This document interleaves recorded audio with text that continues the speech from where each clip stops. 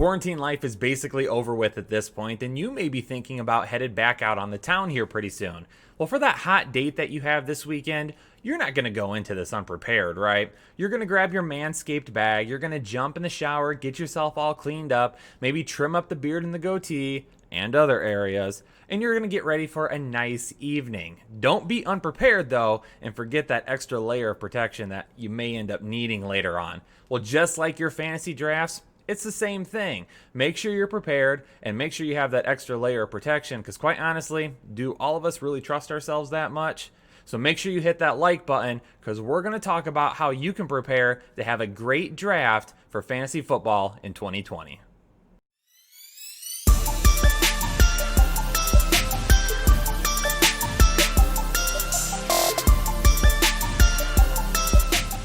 Hey Headliner Nation, Kyle with the Fantasy Headliners. Hopefully you all are well and safe out there. And for today's episode, we've got a little bit of something for everyone.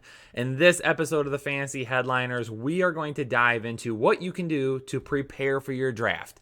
No, this is not what you can do in your draft, but what you can do leading up to it to draft the most dominant team you possibly can here in 2020. And half the battle, half of the process towards drafting a great team is what you do to prepare for it. So let's jump into some of that information and discuss what you can do to get ready. Even though we're not in draft season yet, the road to the championship starts right now. All right, number one, the one thing I encourage everybody to do not draft empty-handed. When you get ready for your draft, when you head to your draft, make sure you have documents, papers, notes, whatever it is with you. Cheat sheets are always good. I always tell people not to rely on the software that you're using. So a lot of times the websites that you're drafting through, they are going to have basically a type of cheat sheet up that's going to show players marked off when they get drafted. That's always great for that. But the cheat sheets that you can have, circle player names on them, make sure that you make little notes, put lines through them if you don't intend to draft them. Just things like that. Things that will just help you with it sitting there in front of you that you can study, look over, change, and you don't have to try and get into an hour before draft time to set up. But also make sure you have your off-season notes ready and separate them by position. That's the best thing that you can do. So when you're in the middle of a pick and you have a minute 30 to make that pick, you're not scrambling through a bunch of notes trying to find out, okay, this player's still here. What did I have written about them? So have a sheet with all of your quarterback information, your running back, wide receiver, tight end. Have that information broken out so it's sitting in front of you, well organized, and have your list of player names available for sleepers, do not drafts, etc. Whatever it may be, have those players in front of you, your must-haves. Write them out beforehand, okay? Because again, you get into the heat of the moment of draft time and you're going back and forth and maybe a name pops up and you're like, oh, I didn't think they were going to be here. You have a list of names in front of you so you can look back and easily remember who it is that you're taking a look at and who it is you need to remember for later on in the draft as well, because you don't want to forget about a player mid-draft while you wanted to have them. One excellent way to do that is to get your Fantasy Headliners draft guide for 2020. You can pre-order it at thefantasyheadliners.com for $19.99 right now. 300 plus player profiles. We're going to have cheat sheets and rankings and notes. If you get that, it's all electronic, so you can look at it and have it up on one computer, or you can print it out if you want to, whatever you want to do. It's great to have sitting there with you to not only help you prepare for the draft, but have it there with you when you get ready to draft. But what else can we do to prepare for the draft? Well, we can research player ADP, average draft position.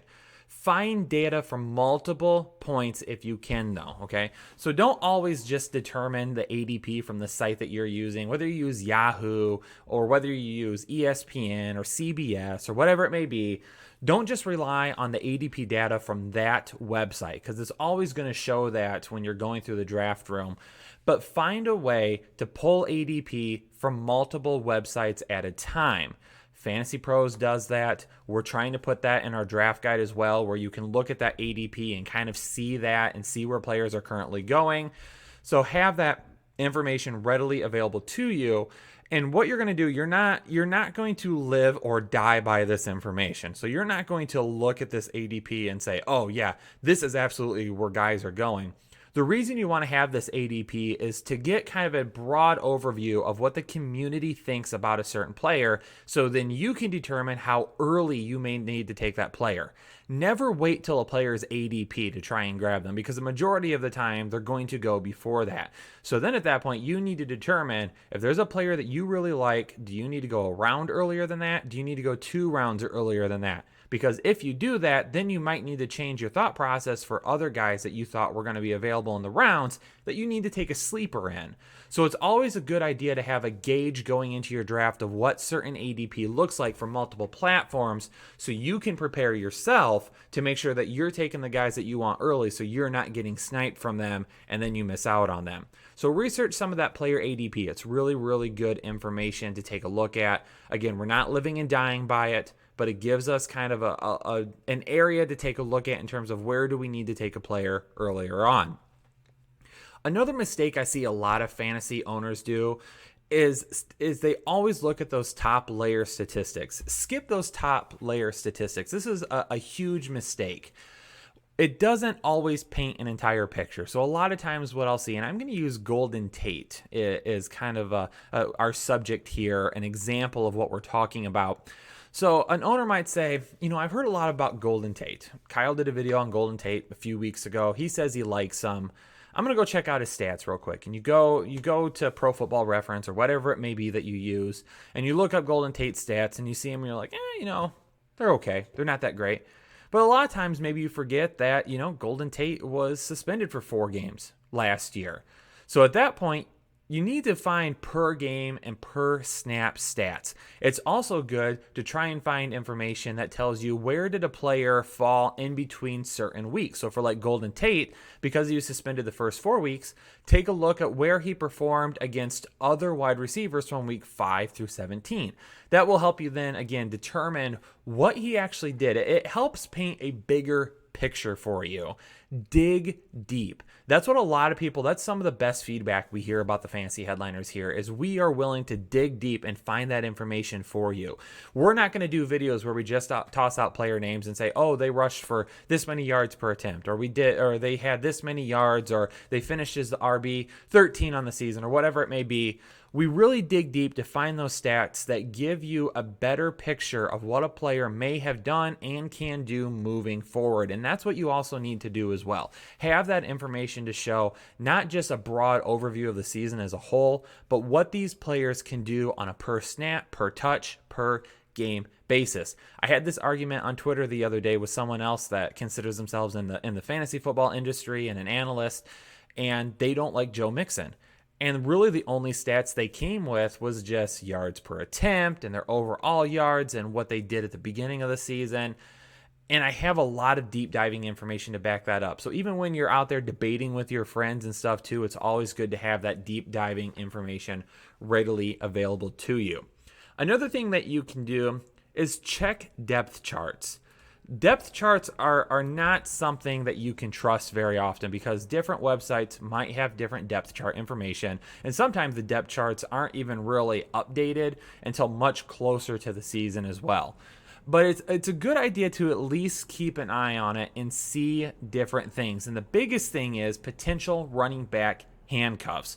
So if you're somebody that later on in your draft you like to grab like a handcuff for the running backs or your top running backs, it's always a good idea to take a look at who that handcuff may or may not be.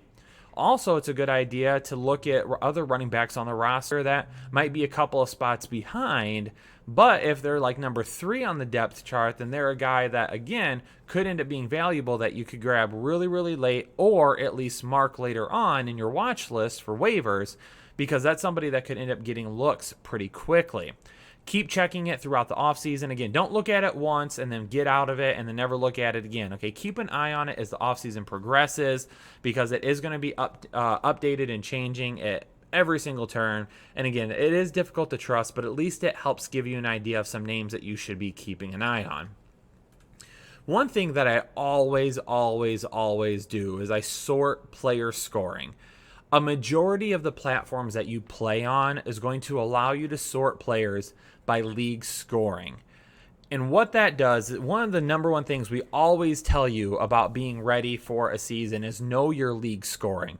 But sometimes, if you're more of a casual fantasy player, or maybe you're in a new league with new scoring, maybe you take a look at that scoring and all those numbers, they just jumble up in your head and you're like, I mean, this is great. I understand that, you might get 0.25 points for every yard or something like that. A lot of that time, that doesn't help paint a picture for you. So what it can do is it can help you by determining what a player actually did. And a lot of times you can sort by where they finished in 2009, and based on their projections for 2020, how many points will they score as well. Always do this prior to your draft. So then some of these guys that you're taking a look at that you're like, man, I really want this player, you can go through and you can say, all right, I'm going to sort the scoring by 2020 projections, and then you take a look, and maybe the scoring setting for your league just doesn't have that great of an upside for a player you were interested in. Now you can try to reevaluate who should you do on your own instead. This is something that happened in a league that I was in many moons ago. It was a super flex league, and I'm always a late round quarterback guy. Even in super flex leagues, I don't like spending a top round pick on a quarterback. I would rather draft my running backs and my wide receivers and really reinforce that. If you watch the channel often, you know that about us here.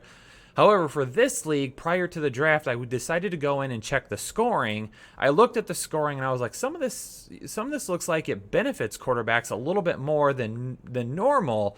Let's take a look at it. So then I sorted by the projections for that upcoming season, and the top 12 quarterbacks, based on their projections, were far and above even the running back ones and the wide receiver ones. So this was a league that really heavily benefited quarterbacks, not only because it was super flex, but because then the scoring also benefited them as well. So then at that point, I was like, oh man, I really need to change my thinking here, because these top quarterbacks are getting so many more points than what running backs are. I need to get one early.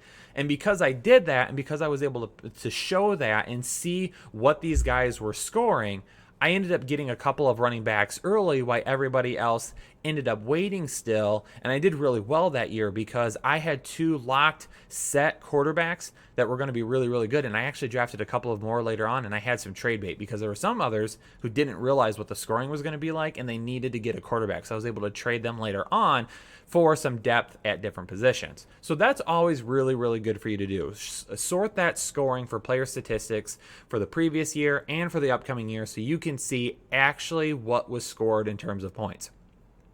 And this might be a basic one for everyone, but it's one I still throw in there anyway. Don't share your information with your league mates. Keep those conversations to a minimum leading up to your draft. If someone comes down and sits next to you and says, hey Charles, what do you think about the draft this week? You know what? Just say, Larry, screw off, okay? Don't tell Larry what you're going to be doing this week. Don't do it, okay? Don't give hints about sleepers or values in the draft either. And if you can trade draft picks, this is something that some leagues allow to happen. You can trade draft picks prior to the draft. Do not show your strategy when you are making those trades. A lot of times guys will be like, I want to trade up into the back half of the first round because I got a early round one pick. I can get my running back, but I want to get a top wide receiver. So don't do that. Don't say those things. Okay. Don't tell people what you are doing.